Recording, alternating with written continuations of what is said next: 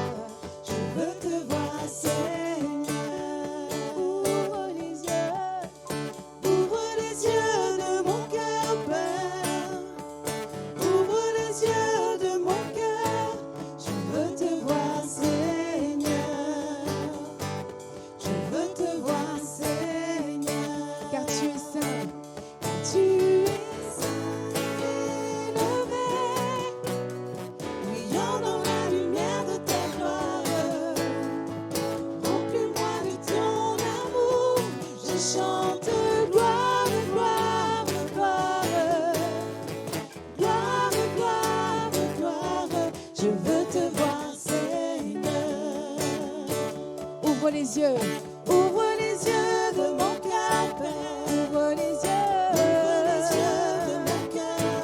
Je veux te voir, Seigneur. Je veux te voir. Je veux te voir, Seigneur. Ouvre les yeux de mon cœur, Père. Ouvre les yeux de mon cœur. Je veux te voir, Seigneur. Je veux te voir, Seigneur. Car tu es saint et élevé. Tu es saint et élevé. Brillant dans la lumière de ta gloire. Remplis-moi de ton amour. Je chante gloire, gloire, gloire, gloire, gloire, gloire. Je veux te voir, Seigneur. Car tu es saint, car tu es saint et élevé. Brillant dans la lumière de ta gloire. Remplis-moi de ton amour. Je chante gloire, gloire, gloire, gloire, gloire, gloire, gloire, gloire, gloire, gloire, gloire, gloire, gloire. Je veux te voir, Seigneur. Ouvre les yeux. Ouvre les yeux de mon cœur, Père. Ouvre les yeux de mon cœur. Je veux te voir, Seigneur. Je veux te voir, Seigneur. Je veux te voir, Seigneur. Ouvre les yeux. Ouvre les yeux de mon cœur, Père. Ouvre les yeux de mon cœur. Je veux te voir, Seigneur. Je veux te voir, Seigneur. Je veux te voir, Seigneur. Alléluia. Nous voulons voir le Seigneur. Donc on lui demande d'ouvrir nos cœurs. Et on peut venir humblement comme on est parce que le Seigneur nous accepte. Il a donné sa vie à la croix pour que justement nous puissions avoir accès à la présence de Dieu, à la présence du Père. Et nous voulons dire que les cieux proclament la gloire du ressuscité. Et à jamais, il sera l'agneau immolé, assis sur le trône. Et nous voulons vraiment incliner nos cœurs, fléchir le genou devant la grâce, devant la bonté du Seigneur, devant sa présence. Alléluia.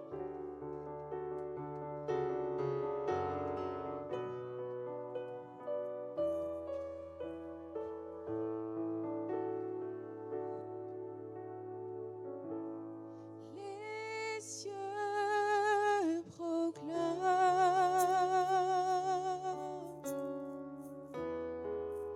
la gloire du ressuscité.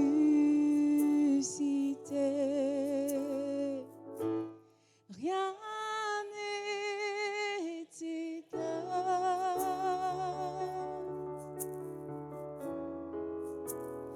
à la beauté du Seigneur. À jamais il sera.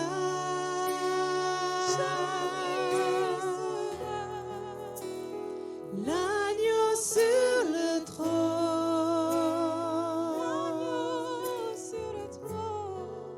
Je fléchis le genou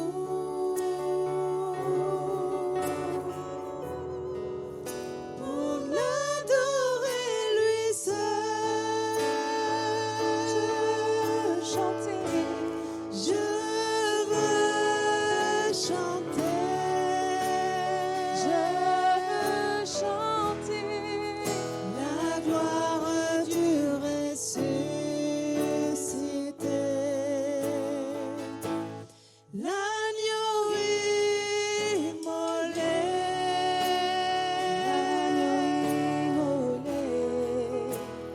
Nous a rachetés pour Dieu. À jamais tu seras. Jamais tu seras. L'agneau sur le trône. L'agneau sur le trône. Je fléchis le genou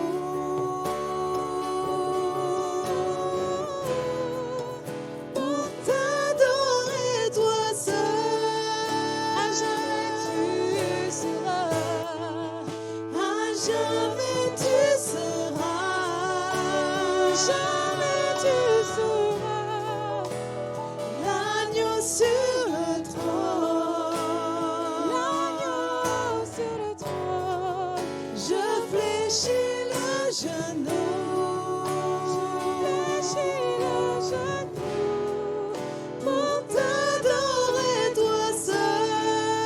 je veux chanter, Je veux chanter, je veux chanter la gloire du ressuscité. L'agneau immolé,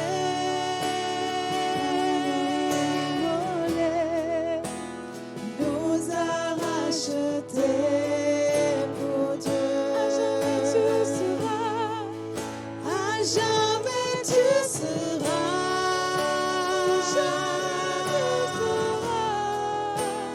l'agneau sur le trône, l'agneau sur le trône. je fléchis le genou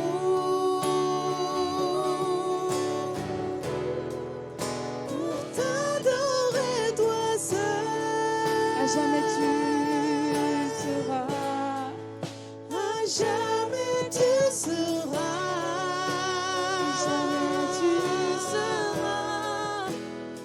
l'agneau sur le trône, l'agneau sur le trône. je fléchis le genou, Fléchis le genou pour t'adorer toi seul.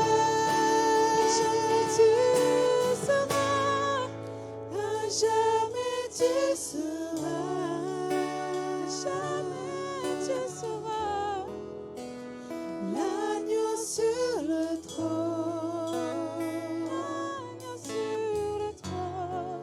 je fléchis le genou, Fléchis le genou pour t'adorer toi seul.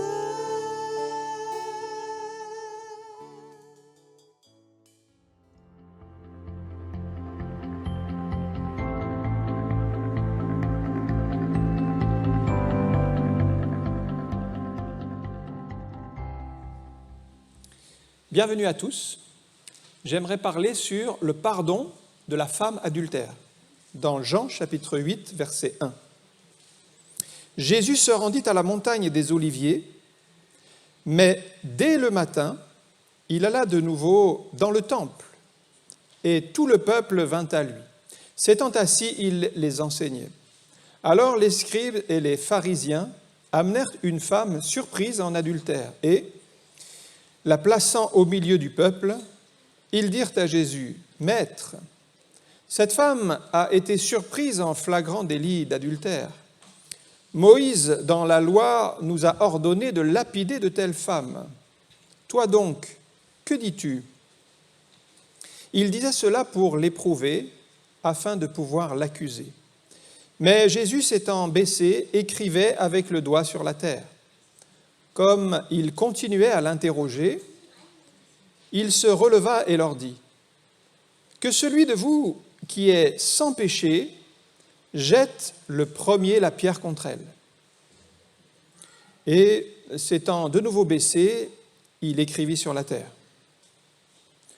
Quand ils entendirent cela, accusés par leur conscience, ils se retirèrent un à un, depuis les plus âgés jusqu'au dernier. Et Jésus resta seul avec la femme qui était là, au milieu. Alors, s'étant relevé, et ne voyant plus que la femme, Jésus lui dit, « Femme, où sont ceux qui t'accusaient ? Personne ne t'a-t-il condamné ?» Elle répondit, « Non, Seigneur. » Et Jésus lui dit, « Je ne te condamne pas non plus, va et ne pêche plus. » Amen. Il y aura toujours des gens pour vous accuser et pour dire du mal de vous, et en général, ces gens sont toujours les plus nombreux. un petit peu comme dans le cas de cette femme, où il y avait contre elle une multitude, et elle se sentait faible et accusée à cause de ce qu'elle avait fait. Certains vont même vous condamner sans procès. Ils ne pardonneront pas vos erreurs, et ils ne vous soutiendront pas si vous êtes en difficulté. Il faut savoir que Jésus lui-même était parfait sans péché et qu'il n'a jamais fait de mal. Il aimait tout le monde. Et pourtant, il y avait toujours des détracteurs contre lui. Dans Matthieu chapitre 11, verset 19, par exemple, ce n'est qu'un exemple des condamnations qui étaient sur Jésus, il dit ceci, le Fils de l'homme, c'est-à-dire Jésus, est venu mangeant et buvant, et il dit, c'est-à-dire les pharisiens, les scribes, dont on a vu leur attitude par rapport à cette femme. Ils disent donc c'est un mangeur et un buveur, un ami des publicains et des gens de mauvaise vie. Mais la sagesse a été justifiée par ses œuvres. Donc Jésus était critiqué, Jésus était accusé, alors qu'il n'avait rien fait de mal. Il côtoyait des pécheurs, mais pour leur apporter la bonne nouvelle, pour les enseigner, pour leur montrer le chemin qui mène à la vie, qui mène au Père. Même si vous faites le bien, même si, comme Jésus, vous portez un message d'espérance, vous donnez de bonnes paroles, eh bien, certains, néanmoins, vous jugeront, vous accuseront, vous mépriseront, et ils sont là et ils attendent qu'une chose, c'est votre propre faute pour observer un faux pas. Mais si vous connaissez Jésus, si vous l'avez accepté dans votre vie, nous pouvons dire ce matin que nous avons un avocat auprès du Père, c'est le Seigneur, et il défend notre cause. Parce que dans un procès, la meilleure personne qui pourra vous défendre, c'est un avocat. Ce n'est pas vous-même qui allez porter votre cause devant la justice, mais c'est un avocat qui ira parler pour vous. Eh bien, dans le monde spirituel, c'est un petit peu la même chose. Il y a un accusateur, et la Bible l'appelle le diable, Satan, celui qui accuse, la Bible dit qu'il accuse les élus de Dieu jour et nuit. Donc il y a bien un accusateur sur le plan spirituel, mais nous avons aussi un avocat, c'est Jésus qui plaide notre cause devant le Père. C'est pourquoi il nous faut avoir Jésus dans notre vie, qui est notre avocat et qui plaidera pour nous. Alors je reviens à ce texte où nous avons pas mal d'accusations, mais dans les versets 1 et 2, je reviens sur le lieu secret qu'il nous faut trouver. Il est dit que Jésus se rendit à la montagne des Oliviers. Et dès le matin, il alla de nouveau dans le temple, et tout le peuple vint à lui, et s'étant assis, il les enseignait. Mais le premier point que je vois dans ce passage, c'est qu'il nous faut trouver le lieu secret où nous sommes dans la présence de Dieu, parce que Jésus passait du temps sur la montagne des Oliviers, ce n'était pas pour passer du temps à perdre, mais c'était du temps pour se ressourcer dans la présence du Père. Et c'est important pour nous encore aujourd'hui d'avoir un lieu où on va se ressourcer dans la présence de Dieu. On va passer du temps avec lui, on va être en communion avec lui, on va recevoir sa pensée, sa parole. Jésus en parle dans Matthieu 6,6, il y a un lieu secret à trouver. Il dit, mais quand tu pries, entre dans ta chambre, ferme ta porte et prie ton Père qui est là dans le lieu secret. Et ton Père qui voit dans le secret te le rendra. Donc il y a la prière et il y a le lieu secret. Et ce lieu secret, c'est à chacun de le trouver. C'est un temps où on va se mettre à part, se dégager des mails, du téléphone, des réseaux sociaux, on les met de côté et on se concentre sur Dieu, exclusivement sur Dieu. Et ça, c'est un temps de cœur à cœur que nous devons prendre chaque jour. Jésus ne dit pas si tu pries, mais quand tu pries. Ça doit être quelque chose de régulier. On le sait que si vous avez un téléphone portable, on sait que la batterie se vide au bout d'un moment et il est nécessaire de la recharger. Eh bien, notre cœur, en quelque sorte, est comme une batterie qui se vide. Il se vide chaque jour, il se vide. Il se vide, il se vide, il se vide. Mais quand vous entrez dans la présence de Dieu, c'est comme si vous rechargez la batterie. Vous rechargez votre cœur. Vous rechargez dans la présence de Dieu. Et quand vous rechargez le téléphone, il ne se passe rien en particulier. Il est comme éteint, il ne réagit pas, mais il est en train de se charger. Quand vous êtes dans la présence de Dieu, même si en apparence il ne se passe rien, vous êtes en train de recharger vos forces spirituelles et vous pourrez affronter la journée et les difficultés qui surviendront parce que vous aurez la batterie bien chargée. Et ça, c'est important de le faire chaque jour. Le temps passé dans le lieu secret, c'est jamais du temps perdu. Ah, souvent on me dit, oui, j'ai pas le temps, je suis trop occupé, j'arrive pas à faire tout ce que je veux faire, alors j'ai pas le temps pour Dieu. Mais c'est pas du temps perdu, ça doit même être un temps prioritaire dans notre agenda. C'est ce qu'on doit mettre en premier. Pourquoi ? Parce que si nous négligeons ce temps avec Dieu, eh bien tout le reste va être chaotique. Au contraire, dans ce temps passé avec Dieu, c'est du temps investi pour l'œuvre de Dieu, et c'est du temps où vous allez avoir des pensées renouvelées, vous allez prendre des meilleures décisions, vous allez avoir des pensées plus inspirées. Et quand arrivera dans la journée telle ou telle orientation, vous pourrez prendre la décision qui est selon le cœur de Dieu, parce que vous aurez eu ce temps. Donc ce n'est jamais du temps perdu. Si on n'a pas pris ce temps, on peut perdre du temps. On va prendre des mauvaises décisions, des mauvais choix, une mauvaise direction, on va faire demi-tour, on va s'égarer, et finalement on a perdu du temps. Mais si on a pris sérieusement ce temps de cœur à cœur dans ce lieu secret, au contraire, nous gagnons du temps. Alors Jésus passait du temps sur la montagne pour être ressourcé avec Dieu, c'est ce que nous devons faire. Mais il ne restait pas définitivement dans la montagne, il redescendait dans la vallée pour aller annoncer le message de l'espérance. C'est-à-dire que nous ne devons pas nous isoler du monde, nous mettre à part et puis se dire, voilà, c'est fini, on s'isole dans la présence de Dieu et puis on ne va plus du tout dans le monde. Non. Nous nous isolons dans la présence de Dieu pour recharger nos batteries, pour être fortifiés, mais l'objectif, c'est de retourner dans la vallée, d'aller dans le monde et de porter le message de l'espérance de la bonne nouvelle. Mais si nous n'avons pas cette lumière en nous, cette force en nous, eh bien nous ne pourrons pas la porter autour de nous. C'est pourquoi Jésus a dit, vous êtes la lumière du monde.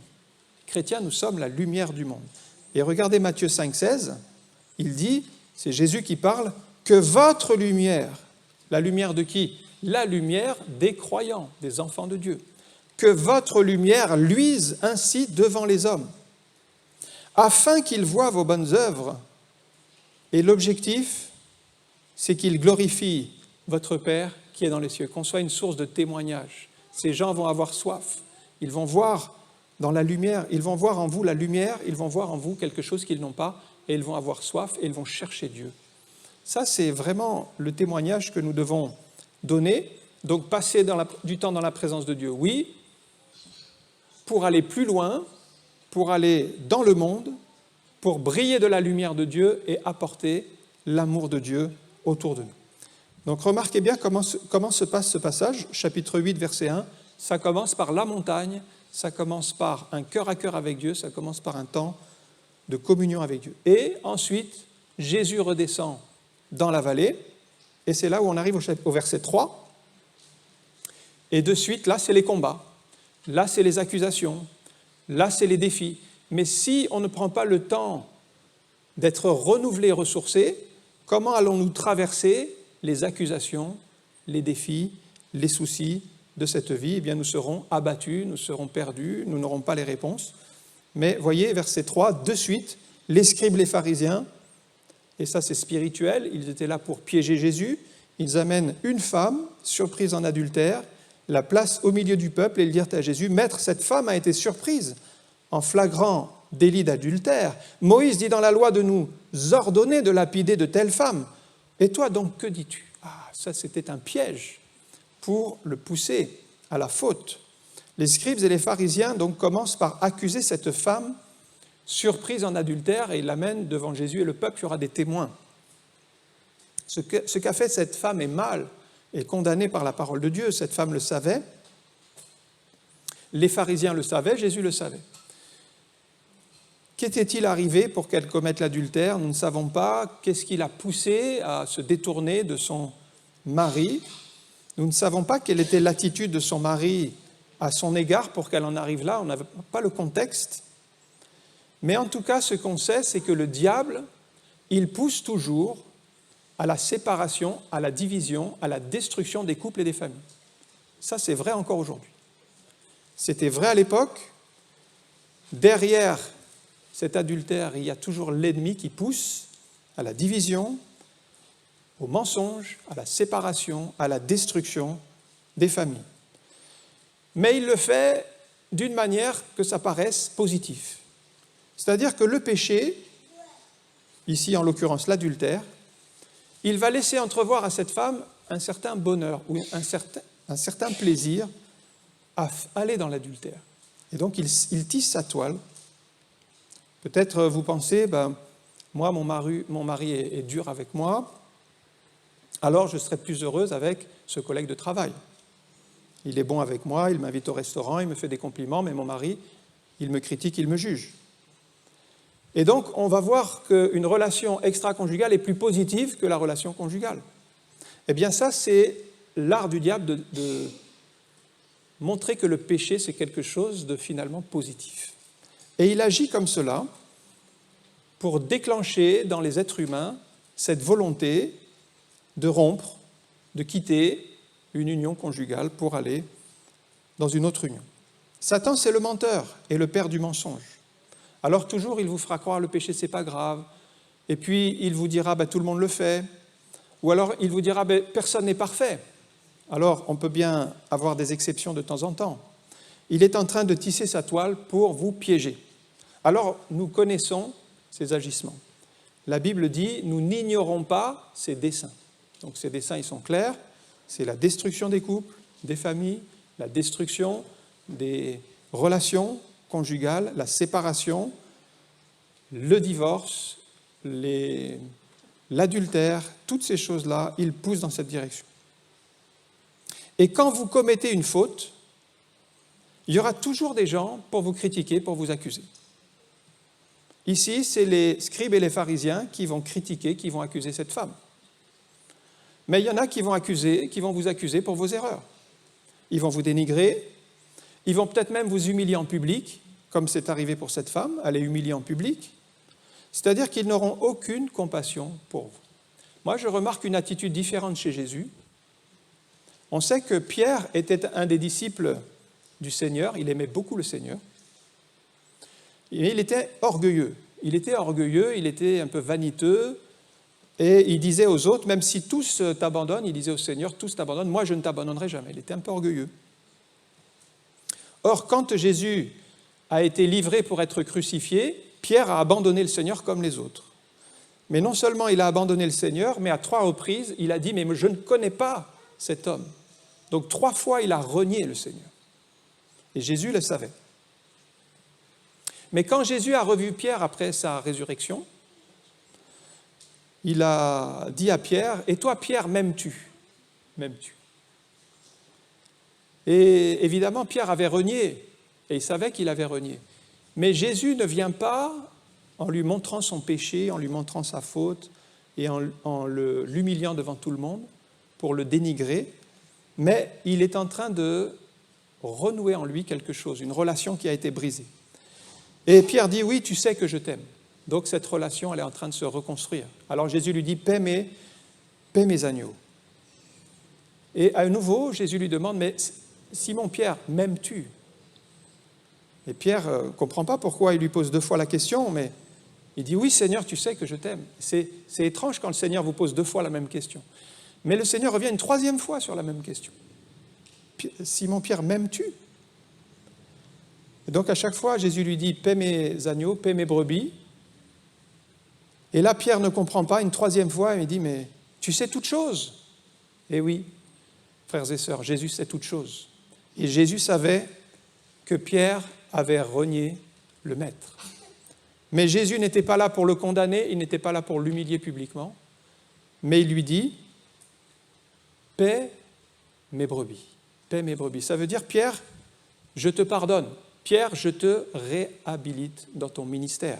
Tu es appelé à être un berger pour les brebis, eh bien moi, je te réhabilite. Tu as fait un faux pas, tu as demandé pardon, tu t'es repenti, maintenant tu vas reprendre le chemin pour servir. Eh bien voilà comment agit Jésus quand il y a une situation de difficulté, et non pas comme les pharisiens qui sont là pour juger, condamner et abattre. Les pharisiens vont même citer la parole de Dieu. ils disent « Mais il est écrit dans la parole, c'est-à-dire dans la loi de Moïse au verset 5. » La loi de Moïse, c'est donc tous les 5 livres, les premiers 5 livres donc, de l'Ancien Testament, Genèse, Exode, Lévitique, Nombre, Deutéronome. Et dans cette loi, il est stipulé un certain nombre d'articles qui font référence à l'adultère. Et ils vont donc citer la Bible, pour dire la loi de Moïse, pour dire cette femme doit être lapidée. Certains peuvent même utiliser des versets de la Bible pour vous détruire. 2 Corinthiens 3,6 dit ceci, « Il nous a aussi rendus capables d'être ministres d'une nouvelle alliance, non de la lettre, mais de l'esprit, car la lettre tue, mais l'esprit vivifie. » On peut dire ici que les pharisiens utilisaient la lettre, mais pour tuer, pour détruire, pour faire du mal. Mais la lettre, elle est utilisée par l'esprit, elle vivifie. Et ça, c'est Jésus, qui lui va utiliser la même lettre, parce que Jésus, c'est la parole. Jésus n'a rien fait contre la parole, mais il va utiliser la lettre pour bénir. Parce que les accusateurs ne citent pas de paroles dans l'Écriture où Dieu fait miséricorde, où Dieu fait grâce, où Dieu est bon. Ils vont citer juste une parole de condamnation. Mais il y a l'amour de Dieu, il y a la grâce de Dieu, il y a la compassion. Et cette femme n'a pas besoin à ce moment-là d'une parole de jugement ou de condamnation. Elle sait que ce qu'elle a fait est mal, elle est déjà accusée dans sa conscience, mais elle a besoin d'une parole de grâce et d'un retour à Dieu pour être pardonnée de ses péchés. Qui va lui donner ce pardon? Pas ces hommes. Ces hommes sont venus avec la condamnation, le jugement. Elle sait qu'elle ne mérite pas le pardon. Elle sait que ce qu'elle a fait est mal. Elle sait qu'elle mérite d'être condamnée. Jésus le sait aussi. Mais elle a besoin d'une deuxième chance dans sa vie. Qui va lui donner cette deuxième chance? Qui lui donnera un nouveau départ? Qui vous tendra la main quand vous avez mal agi? Qui vous donnera une deuxième chance dans votre vie si vous avez raté? Qui pourra guérir votre cœur qui a été brisé par le péché? Ce n'est pas la condamnation, ce n'est pas la loi, mais c'est la grâce de Dieu, c'est Jésus qui vient lui-même. Donc cette deuxième chance, Jésus vient, je dirais qu'il vient pour cette femme, mais il vient pour chacun de nous, parce que Jésus est venu d'abord pour sauver, dans le sens de donner sa vie pour nos péchés. Alors peut-être vous n'avez pas commis un adultère, mais vous avez néanmoins commis un péché quelque part. Parce que tous ont péché, c'est Paul qui le dit dans Romains 3, 23. Car tous ont péché et sont privés de la gloire de Dieu. Ça ne veut pas dire que tous ont commis l'adultère, mais tous ont péché d'une manière ou d'une autre. Tous ont fait quelque chose qui est contre Dieu à un moment donné. Et ils sont gratuitement justifiés par sa grâce, par le moyen de la rédemption qui est en Jésus-Christ. Voilà le problème, c'est que tous ont péché et nous aussi, on a péché. Les pharisiens qui accusent cette femme, ils avaient péché. Ils vont s'en rendre compte au bout d'un moment. Et le péché, c'est comme une sorte de cancer invisible qui nous détruit de l'intérieur. Alors c'est vrai que si vous passez un scanner, on ne va pas voir le péché. On va voir ce qu'il y a dans le corps, mais le péché, on ne le voit pas, c'est spirituel. Néanmoins, le cancer, il a commencé à détruire votre vie spirituelle et à vous amener vers la mort spirituelle. Et si vous ne faites rien, le cancer, lui, il continue son travail. Il est en train de vous détruire de l'intérieur. Et vous mourrez dans vos péchés. C'est pourquoi Jésus est venu et il a versé son sang afin que nous soyons pardonnés du péché. Ça, c'est l'étape fondamentale. Un jour, il y a un homme qui visitait une fabrique de papier de luxe. Et dans l'entrée de la fabrique, il y avait des camions qui déversaient des énormes amas de vieux tissus, des tissus de toutes les couleurs qui étaient vraiment sales et qui ne sentaient pas bon. Et donc, il y avait toute cette ambiance nauséabonde, mauvaise à cet endroit-là. Et puis, on les a introduits dans l'entreprise et jusqu'à la pièce où on exposait les magnifiques papiers qui servaient à des impressions de luxe, des impressions de très haute qualité. Et celui qui faisait la visite expliquait, voyez, c'est à partir de ces vieux chiffons que vous avez vus à l'entrée que nous avons produit ces papiers de qualité extrême, et puis ils étaient blancs, impeccables. Ça, c'est l'industrie humaine. L'industrie humaine est capable, avec des vieux chiffons, de faire des papiers de très haute qualité. Mais notre Dieu, il est capable de prendre des vies dans le péché et de les transformer pour être pardonnés des péchés et avoir une vie nouvelle. C'est encore plus extraordinaire, c'est encore plus puissant. Parce que le péché, il n'y a rien dans le monde qui peut effacer ça. Donc Jésus est venu, il a versé son sang pour vous. Jésus, c'est le seul sauveur. Si vous voulez être pardonné de vos péchés, c'est Jésus qu'il vous faut. La rédemption dont il est question dans ce verset, on a dit, on est justifié par sa grâce, par le moyen de la rédemption qui est en Jésus. La rédemption, c'est quoi? C'est que Jésus a payé notre dette à la croix et qu'il nous a libérés de l'esclavage. Vous allez dire l'esclavage de quoi? L'esclavage du péché, parce que tant qu'on est dans le péché, on est esclave du péché. La grâce est là pour tous, mais il manque une seule chose pour être sauvé, c'est la repentance et la foi. La repentance et la foi, c'est comme les deux faces d'une même pièce. Par exemple, si vous vous repentez mais que vous ne croyez pas, vous ne serez pas pardonné. Si vous croyez mais que vous ne vous repentez pas, vous ne serez pas pardonné. Il vous faut la repentance, demander pardon pour vos péchés, et il vous faut croire en Jésus. Jésus, c'est le seul antidote au pardon des péchés. Je prends l'exemple du serpent le plus venimeux du monde, c'est le membran noir. C'est un serpent qui fait 4 mètres de long, qui va à 20 km/h, et s'il vous mord en quelques minutes, vous mourrez à cause du venin extrêmement toxique qui paralyse les muscles respiratoires, vous vous étouffez, et il peut tuer un être humain en quelques minutes. Mais si vous prenez l'antidote, le venin ne fera pas son ouvrage, il sera anéanti. L'antidote vous sauvera la vie. Eh bien, Jésus, c'est vraiment l'antidote au péché.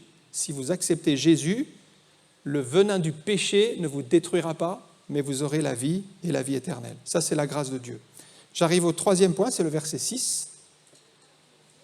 C'est maintenant Jésus lui-même qui est accusé par les pharisiens. Donc, ils ont commencé, 1, par accuser cette femme. 2, au verset 6, ils accusent Jésus. Ils disaient cela pour l'éprouver, donc éprouver Jésus, afin de pouvoir l'accuser. Mais Jésus s'étant baissé, écrivait avec le doigt sur la terre. Donc, Jésus est maintenant accusé par les pharisiens. En fait, ces hommes ne s'intéressaient pas tellement à cette femme, mais ils voulaient piéger Jésus en réalité. C'était un prétexte pour amener Jésus à faire une faute. Et ils viennent comme des hypocrites, vous voyez, ils disent « Maître, Maître », en parlant à Jésus, semblant dire « Seigneur, enseigne-nous, explique-nous la Bible, explique-nous ». Mais Jésus voyait dans leur cœur quelque chose de mauvais. Et ça, on ne peut pas tromper le Seigneur, parce qu'on peut tromper les hommes, mais on ne peut pas tromper Dieu. Les hommes viennent avec des paroles fausses, mais Jésus lit dans les cœurs. Un jour, il y a 4 hommes qui ont amené à Jésus un paralytique. Et la Bible dit, Jésus, voyant leur foi, c'est intéressant parce que Jésus voit aussi notre foi, il voit la sincérité de notre cœur, il voit notre démarche, il voit si nous sommes fidèles, si nous sommes sérieux, donc Jésus voit tout. Jésus, voyant leur foi, dit à cet homme paralytique, « Tes péchés te sont pardonnés. » Et au même instant, des scribes et des pharisiens qui assistaient à la scène ont pensé en eux-mêmes, donc ils n'ont même pas ouvert la bouche, ils se sont dit dans leur cœur, en parlant de Jésus, ils ont dit « cet homme blasphème ». Et ils ont commencé à le critiquer, à le juger, dans leur cœur. Et la Bible dit, Jésus, connaissant leurs pensées. D'un côté, il voit la foi de ces 4 amis plus le paralytique. De l'autre côté, il voit les pensées de ses accusateurs, de ceux qui le dénigrent, alors qu'il ne montrait rien en apparence. Et Jésus leur dit, pourquoi avez-vous de mauvaises pensées dans vos cœurs? Qu'est-ce qui est le plus facile de dire à cet homme? Lève-toi, sois pardonné de tes péchés, ou lève-toi et marche. Or, afin que vous sachiez que le Fils de l'homme a le pouvoir de pardonner les péchés, je te le dis, lève-toi et marche. Et cet homme a été non seulement guéri, mais pardonné de ses péchés. Qu'est-ce que nous montre ce récit? C'est que Jésus connaît nos intentions et notre cœur et nos mauvaises pensées. Alors, quel est le but des scribes et des pharisiens? Ils veulent pousser Jésus à contredire la loi de Moïse. Parce qu'ils disent à Jésus, « Maître, la loi dit que, toi, qu'est-ce que tu dis ?» Ils espéraient que Jésus allait dire le contraire de la loi. Parce que si Jésus fait grâce et que la loi condamne, à ce moment-là, ils auront une bonne occasion d'accuser Jésus en disant, « Voyez, il ne fait pas ce que dit la loi. » Alors certains vont essayer de vous pousser à la faute, un petit peu comme ces scribes et ces pharisiens, pour vous faire craquer nerveusement, ils vont vous harceler moralement. Mais dans ces situations extrêmes, peut-être vous êtes seul, mais vous avez besoin d'une parole de Dieu, une parole de sagesse. Et un don spirituel, c'est ce que Jésus va recevoir. Parce qu'il ne répond pas tout de suite, il écrit sur le sol, dans le silence. Mais lorsqu'il se redresse, il va donner une des paroles les plus connues de l'Écriture. « Que celui de vous qui est sans péché jette le premier la pierre contre elle. » Et à ce moment-là, tous se sont tus. Jésus leur dit, en quelque sorte, « Vous voulez appliquer la loi à la lettre ? Alors commencez par l'appliquer dans votre propre vie. » Matthieu 7,3, il dit « Pourquoi vois-tu la paille qui est dans l'œil de ton frère et n'aperçois-tu pas la poutre qui est dans le tien ?» Et il est en train de renverser leur accusation envers eux-mêmes. Parce que quand vous accusez quelqu'un, vous vous condamnez vous-même. Et ils sont en train d'appeler la condamnation sur eux. Donc le 4e point, maintenant, c'est au verset 9. Ce sont les accusateurs qui vont se retrouver accusés par Jésus, au verset 9. Quand ils entendirent cela, donc cette parole de Jésus, accusés par leur conscience, voilà que eux qui étaient venus pour accuser cette femme, ils étaient venus pour accuser Jésus, eh bien c'est eux qui se retrouvent accusés par leur propre conscience. Ils se retirent un à un, depuis les plus âgés jusqu'au dernier. Et Jésus resta seul avec la femme qui était là au milieu. Ces hommes sont donc venus pour accuser cette femme et Jésus. Ils se retrouvent maintenant accusés dans leur conscience parce qu'ils savent leur véritable condition de pécheurs. Ils savent leurs mauvaises pensées, ils savent leurs péchés secrets. En apparence, ils sont l'élite du peuple, ils sont la religion qui est la plus suivie, c'est la religion juive. Ils sont le samedi à la synagogue, ils prient Dieu, mais leur cœur est éloigné de Dieu. Personne ne le sait, mais ils ont des mauvaises pensées, peut-être même des pensées d'adultère, des pensées de jalousie, des pensées de méchanceté. Matthieu 15, 19, Jésus dit « C'est du cœur que viennent les mauvaises pensées, les meurtres, les adultères, les débauches, les vols, les faux témoignages, les calomnies. » Alors le péché n'est pas seulement l'acte commis, mais il est déjà dans la pensée. Et ces gens qui n'avaient pourtant pas commis littéralement l'adultère, ils avaient des mauvaises pensées dans leur cœur, qui étaient aussi du péché, qui étaient aussi de mauvaises choses qu'ils devaient régler. Et ils avaient besoin de purifier leur cœur. Malgré leur religion, leur cœur n'était pas purifié. Malgré leur connaissance de Dieu, leur cœur n'était pas purifié. Ils suivaient la loi à la lettre, mais leur cœur n'était pas changé. C'est comme Paul l'a dit, la lettre tue, mais l'esprit vivifie. Ils suivaient la lettre de la loi, et cela ne produisait que mort spirituelle. C'est la grâce de Dieu qui a changé la vie de cette femme, mais la grâce de Dieu, elle était la même pour ces pharisiens et ces scribes. Ils en avaient besoin pareillement. Jésus a donc renvoyé l'accusation aux accusateurs. C'était le seul qui pouvait à la fois pardonner cette femme et à la fois pardonner ces hommes. Mais il pouvait découvrir aussi le principe de la grâce, parce que Jésus n'était pas venu pour condamner ces hommes, mais pour leur ouvrir l'esprit afin qu'ils changent d'attitude et qu'ils se repentent. Dans Romains chapitre 8, verset 1, tout le monde peut faire cette expérience.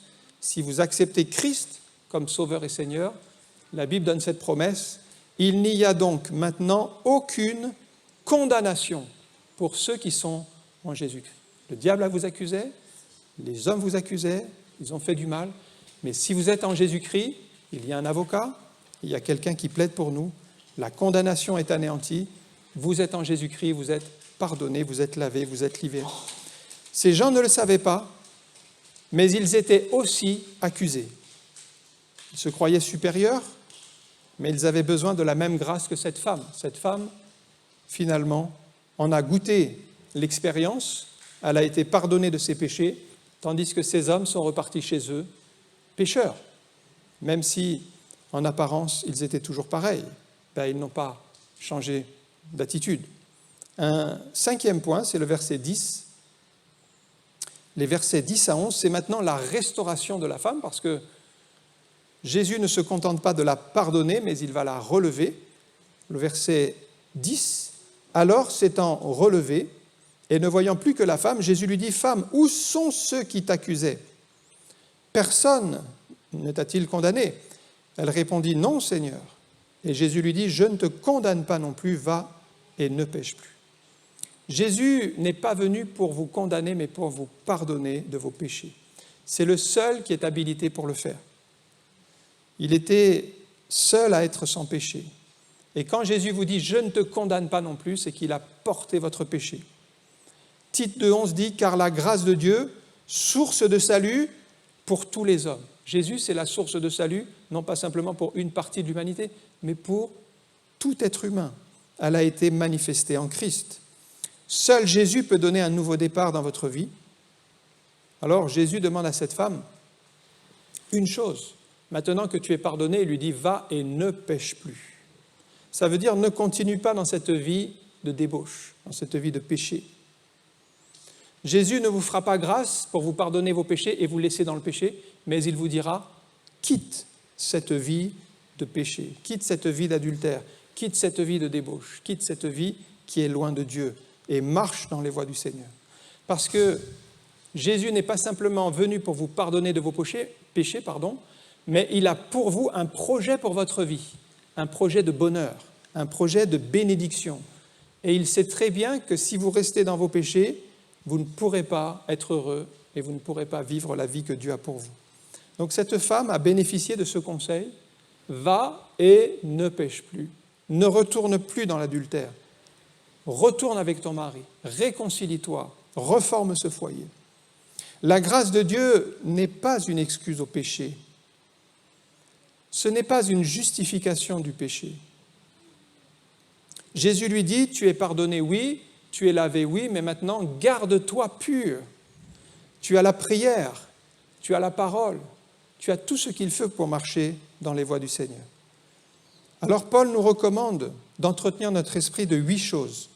Philippiens chapitre 4, verset 8, qui vont nous aider dans notre vie chrétienne à ne pas céder à la tentation. Au reste, frères, on pourrait dire frères et sœurs, que tout ce qui est vrai, tout ce qui est honorable, tout ce qui est juste, tout ce qui est pur, tout ce qui est aimable, tout ce qui mérite l'approbation, tout ce qui est vertueux et digne de louange, soit l'objet de vos pensées. Va et ne pêche plus. Entretiens ton esprit des bonnes paroles de Dieu. Entretiens-toi des promesses de Dieu. Prie le Seigneur. Vis cette vie chrétienne. Et avec ce conseil, donc, vous ne laisserez plus dans votre esprit les mauvaises pensées, pensées de jugement, les pensées de critique, les condamnations, le désespoir, la méchanceté, la dévalorisation, la calomnie, l'immoralité. Tout cela doit sortir de notre esprit et au contraire, nous devons y mettre tout ce qui est bon, vrai, aimable. En conclusion, on voit que cette femme était accusée, elle était accusée par ces hommes, elle était condamnable selon la loi, elle méritait une condamnation et dans ce monde, les hommes ne vous pardonneront pas, ils ne vous feront pas grâce, ils vous jugeront, ils vous condamneront. Mais Jésus peut vous donner un nouveau départ, Jésus peut vous ouvrir une porte et vous donner une nouvelle chance. C'est le seul qui peut pardonner les péchés. Il y a un besoin spirituel au fond de chacun de nous, c'est d'être lavé, purifié, c'est d'être pardonné de nos péchés. Dieu seul peut le faire. Alors si vous demandez sincèrement au Seigneur pardon pour vos péchés, Jésus viendra habiter dans votre cœur et vous donnera un nouveau départ. Il donnera un nouveau sens à votre vie. On va prier quelques instants. Merci encore pour ta parole, merci pour l'exemple de cette femme que tu as pardonnée, que tu as relevée, alors qu'elle était accusée par tous, condamnée même par la loi de Moïse. Seigneur, tu es venu avec cette parole de grâce, cette parole de réconfort, cette parole qui a permis à cette femme d'être réhabilitée, d'être relevée, et tu lui as donné un nouveau sens à sa vie, une nouvelle direction, pour prendre un nouveau départ qui était loin du péché et qui était dans le pardon et dans la grâce. Merci de ce que tu le fais encore aujourd'hui pour quiconque se tourne vers toi avec foi, parce que même si les hommes condamnent, même si les religions montrent tout ce qui est mauvais, eh bien nous voulons croire que toi, tu es celui qui ouvre la porte pour aller au ciel et que si nous confessons nos péchés, tu es fidèle et juste pour nous les pardonner et pour nous donner un nouveau départ, pour nous permettre de ressortir avec la paix de Dieu dans nos cœurs. Merci Seigneur pour la purification pour la nouvelle vie que tu donnes, qui est gratuite, qui est obtenue par ton sacrifice. Ô Seigneur, nous ne voulons pas cacher nos péchés devant toi, mais nous voulons les confesser et les déposer à tes pieds, en croyant que tu es puissant pour nous pardonner et nous purifier. Oui, bénis Seigneur, bénis chaque famille, chaque couple, chaque personne dans ce lieu, afin que nos vies soient transformées à ta gloire, pour la gloire de ton nom. Amen. Que le Seigneur vous bénisse.